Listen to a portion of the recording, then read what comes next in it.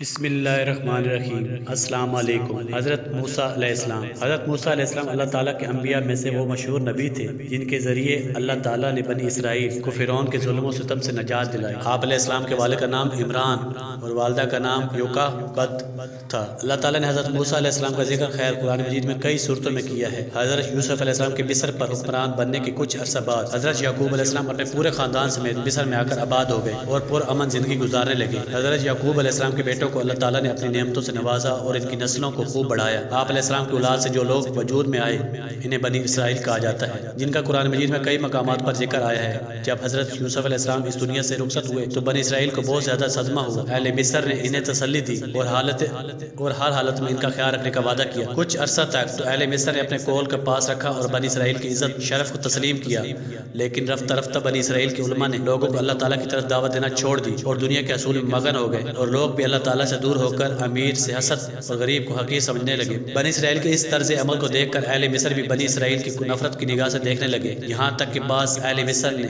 یہ ذہن بنا لیا کہ مصر میں بادشاہت کا حق صرف ہم اہل مصر کو ہے۔ بنی اسرائیل تو کنعان سے آ کر یہاں آباد ہوئے ہیں، انہیں ہم پر بادشاہت کرنے کا کوئی حق نہیں۔ جب بنی اسرائیل نے اللہ تعالیٰ کی نافرمانی شروع کر دی تو اہل مصر کے دلوں سے ان کا مقام و مرتبہ ختم ہو گیا اور وہ بنی اسرائیل سے نفرت کرنے لگے۔ انہوں نے بنی اسرائیل کی حمایت ختم کر کے اپنی ہی قوم کے ولید بن سٹیان نامی آدمی جو فرعون کے لقب سے مشہور ہوا کی حمایت کرنا شروع کر دی، جو بہت جلد مصر کا بادشاہ بن گیا۔ وہ بہت بڑا ظالم اور متکبر اور جابر تھا اور اپنی قبطی قوم کو بادشاہوں کی قسم اور بنی اسرائیل کو غلام سمجھتا تھا۔ وہ اپنی حکومت اور بادشاہت کے غرور میں اتنا آگے نکل گیا کہ اس نے اپنے رب اور معبود ہونے کا دعویٰ کر دیا اور بنی اسرائیل کو اپنا غلام بنا لیا۔ فرمان الہی ہے، اور فرعون نے کہا میں تمہارا سب سے بڑا رب ہوں۔ بے شک فرعون نے زمین مصر میں سرکشی اختیار کر رکھی تھی اور اس نے وہاں کے لوگوں کے کئی گروہ بنا رکھے تھے، اور ان میں سے ایک گروہ بنی اسرائیل کو بہت کمزور کر رکھا تھا۔ فرعون کا خواب۔ حضرت موسیٰ علیہ السلام کی ولادت سے پہلے فرعون نے خواب دیکھا کہ بیت المقدس کی طرف سے ایک آگ آئی اور اس کے تمام قبطیوں کے گھر جلا گئی، لیکن بنی اسرائیل کو کوئی نقصان نہ پہنچا۔ بیدار ہونے کے بعد وہ بڑا خوف زدہ تھا کہ اس کی تعبیر کیا ہو سکتی ہے۔ اس نے اپنے کاہنوں، عالموں اور جادوگروں کو جمع کیا اور اس کی تعبیر پوچھی۔ انہوں نے کہا اس خواب کی تعبیر یہ ہے کہ بنی اسرائیل میں ایک ایسا لڑکا پیدا ہوگا، اس کے ہاتھوں میں اہل مصر تباہ ہو جائیں گے۔ چنانچہ فرعون نے اسی وقت بنی اسرائیل کے لڑکوں کو قتل کرنے اور لڑکیوں کو زندہ چھوڑنے کا حکم جاری کر دیا، لیکن تقدیر کے آگے تدبیر نہیں چلتی۔ فرعون اپنے خواب کی وجہ سے بہت زیادہ خوف زدہ تھا، اسے اپنی حکومت کے زوال کا خطرہ تھا، اس لیے اس نے ہر ممکن کوشش کی کہ بنی اسرائیل میں کوئی ایسا لڑکا پیدا ہی نہ ہو جو میری حکومت کے زوال کا سبب بنے۔ اس نے کچھ مردوں اور عورتوں کی یہ ذمہ داری لگائی کہ بنی اسرائیل کی عورتوں میں جو بھی امید سے ہو اس کے پاس جائیں اور پیدا ہونے والے بچے کے بارے میں معلومات رکھیں۔ اگر لڑکا پیدا ہو تو اسے قتل کر دیں اور لڑکی ہو تو اسے باقی رہنے دیں۔ ادھر فرعون کی یہ چالیں تھیں، ادھر تقدیر الہی اس پر ہنس رہی تھی اور کہہ رہی تھی کہ اے ظالم بادشاہ، تجھے اپنی افواج کی کثرت، اپنے اقتدار کی طاقت اور وسیع سلطنت پر غرور ہے، لیکن اس عظیم خالق کی طرف سے تو غافل ہے جس کی تقدیر کا کوئی توڑ نہیں، جس کے فیصلوں کو رد نہیں کرنے کی کسی کی مجال نہیں۔ وہ ذات یہ فیصلہ کر چکی ہے، جس بچے سے تو خوف زدہ ہے اس کے لیے تو نے بے شمار بچوں کو قتل کرنے کا حکم دیا ہے، وہ تیرے ہی گھر میں پرورش پائے گا اور تیری دنیا اور آخرت کی تباہی اسی کے ہاتھوں میں ہوگی۔ تجھے معلوم ہو جائے گا کہ آسمان زمین کے مالک ہی یہ شان ہے، وہ جو چاہتا ہے کرتا ہے، اس کے پاس مکمل قدرت ہے۔ حضرت موسیٰ علیہ السلام کی ولادت بھی اسی سال ہوئی جس سال بچے کے قتل کیے جا رہے تھے۔ اللہ تعالیٰ کی رحمت جوش میں آئی اور اللہ عز و جل کو ان کمزور بندوں پر رحم آیا جو ابراہیم خلیل اللہ کی نسل میں سے تھے۔ چنانچہ اللہ تعالیٰ نے انہیں فرعون کی غلامی سے نجات دلا کر آزادی جیسی نعمت نوازنا چاہا۔ فرعون اور اس کے لشکر کو ہلاک کر کے بنی اسرائیل کو اس سرزمین کا وارث بنانا تھا۔ فرعون، حامان اور ان کے فوجوں کو یہ دکھانا چاہا کہ جس خوف سے وہ بنی اسرائیل کے بچوں کو قتل کروا رہے ہیں، اس کا نتیجہ وہ اپنی آنکھوں سے دیکھ لیں۔ آپ علیہ السلام کی والدہ حمل کے دنوں میں بڑی فکر مند ہوئیں اور انہوں نے حمل کے ابتدائی ایام سے بہت احتیاط کی کہ کہیں حمل کی علامات ظاہر نہ ہوں اور دوسروں کو علم نہ ہو۔ فرمان الہی ہے، وہ ان کے بیٹوں کو بری طرح ذبح کر دیتا اور ان کی بیٹیوں کو زندہ رہنے دیتا۔ بلا شبہ فساد پھیلانے والوں میں سے تھا، اور ہم یہ چاہتے تھے کہ ان لوگوں پر احسان فرمائیں جنہیں زمین مصر میں کمزور بنا دیا گیا تھا، اور انہیں کو دین کا پیشوا اور سرزمین مصر کا وارث بنائیں، اور ہم نے انہیں زمین میں اقتدار عطا کریں، اور فرعون، حامان اور ان کے لشکروں کو وہ کچھ کر دکھا دیں جن کا انہیں بنی اسرائیل سے خطرہ تھا، اور ہم نے ان لوگوں کو جو بالکل کمزور شمار کیے جاتے تھے اس سرزمین کی مشرق مغرب کا وارث بنا دیا جس میں ہم نے برکت رکھی تھی۔ اور اس طرح اے نبی صلی اللہ علیہ وسلم، آپ کے رب کا اچھا وعدہ ہے بنی اسرائیل کے حق میں پورا ہوا، اس لیے کہ انہوں نے مسائب پر صبر کا مظاہرہ کیا، اور ہم نے فرعون اس کی قوم کی بنائی ہوئی چیزوں سمیت اونچی عمارتیں اور محلات تباہ باپ برباد کر دیے۔ جب حضرت موسیٰ علیہ السلام کی ولادت ہوئی تو اللہ تعالیٰ نے حضرت موسیٰ علیہ السلام کی حفاظت کے لیے ان کی والدہ کے دل میں یہ بات ڈال دی، اپنے بچے کے لیے ایک صندوق بنا لو، جب تمہیں یہ خطرہ ہو کہ فرعون کے کرندے آ کر اس بچے کو قتل کر دیں گے، اس صندوق میں ڈال کر دریائے نیل میں بہا دینا۔ ہمارا آپ سے وعدہ ہے کہ ہم اس بچے کو واپس آپ کے پاس لوٹا دیں گے اور اسے اپنا رسول منتخب فرمائیں گے۔ چنانچہ آپ علیہ السلام کی والدہ نے اسی طرح کیا۔ فرمان الہی ہے اور ہم نے موسیٰ علیہ السلام کی ماں کو الہام کیا کہ تم اسے دودھ پلاتی رہو، پھر جب تجھے اس کے قتل کا خطرہ محسوس ہو تو اسے دریائے نیل میں ڈال دینا اور خوف اور غم نہ کرنا، یقیناً ہم اسے تیری طرف لوٹا دیں گے اور اسے اپنے رسولوں میں سے بنائیں گے۔ جب ہم نے آپ کی والدہ کو وہ الہام کیا جس کا ذکر کیا جا رہا ہے کہ تم اس بچے کو صندوق میں بند کر کے دریا میں ڈال دو، پھر دریا اس صندوق کو ساحل پر پہنچا دے گا،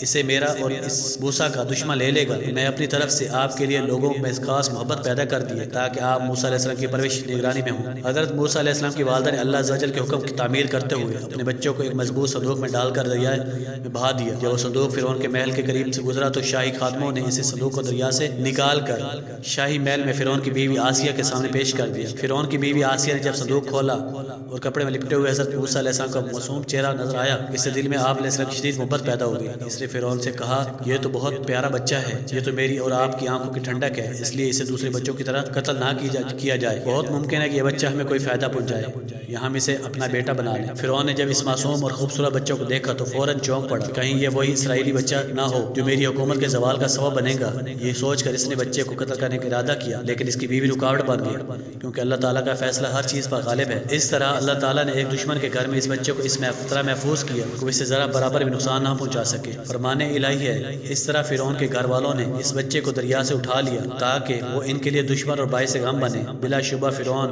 حامان اور ان دونوں کے لشکر بڑے خطاکار لوگ تھے، اور فرعون کی بیوی آسیہ فرعون سے کہا، یہ بچہ تو میری اور میری آنکھوں کا ٹھنڈک بنے گا، اسے قتل نہ کرو، بہت ممکن ہے یہ ہمیں کوئی فائدہ پہنچائے یا ہم اسے اپنا بیٹا بنا لیں۔ حضرت موسیٰ علیہ السلام کی والدہ جب آپ علیہ السلام کو صندوق میں بند کر کے دریا میں بہا دیا تو اپنی بیٹی موسیٰ علیہ السلام کی بہن کو خبر گیری کے لیے ان کے پیچھے روانہ کیا۔ جب وہ صندوق فرعون کے محل کے قریب پہنچا تو فرعون کے نوکر اسے اٹھا کر محل میں لے آئے۔ صندوق میں خوبصورت بچے کو دیکھ کر فرعون کی بیوی آسیہ بہت خوش ہوئی اور بچے کو اپنی پرورش میں لے لیا۔ شہر میں بچوں کو دودھ پلانے والی جتنی بھی دایا تھی سب کو بچہ پیش کیا، اسے دودھ پلاؤ۔ ہر ایک نے بڑی محبت اور بڑے پیار سے بچے کو دودھ پلانا چاہا، لیکن اللہ تعالیٰ کے حکم سے حضرت موسیٰ علیہ السلام نے کسی بھی دایا کے دودھ کا ایک گھونٹ بھی نہ پیا۔ اللہ تعالیٰ کو یہی منظور تھا کہ اس کا نبی اپنی والدہ کے سوا کسی کا اور کا دودھ نہ پیے، اور اس میں یہ مسلط بھی تھی کہ یہ اس بہانے سے آپ علیہ السلام کی اپنی والدہ تک پہنچ جائیں۔ جب حضرت موسیٰ علیہ السلام نے کسی بھی دایا کا دودھ نہ پیا تو آپ علیہ السلام کی بہن نے آگے بڑھ کر کہا، مجھے ایک دایا کا پتہ ہے، معلوم ہے، ممکن ہے کہ بچہ اس کا دودھ پی لے، اور وہ لوگ بھی بڑے اچھے ہیں، بچے کی نگہداشت بھی بہت اچھی کریں گے۔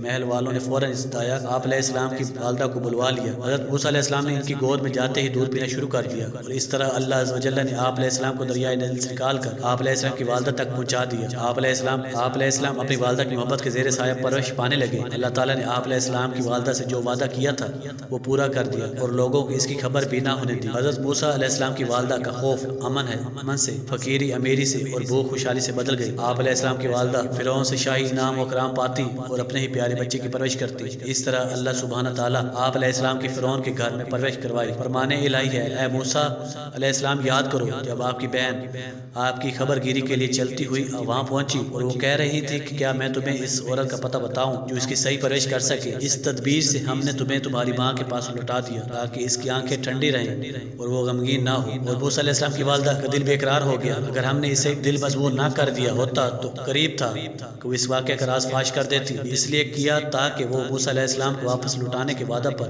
یقین کرنے والوں میں سے ہوں۔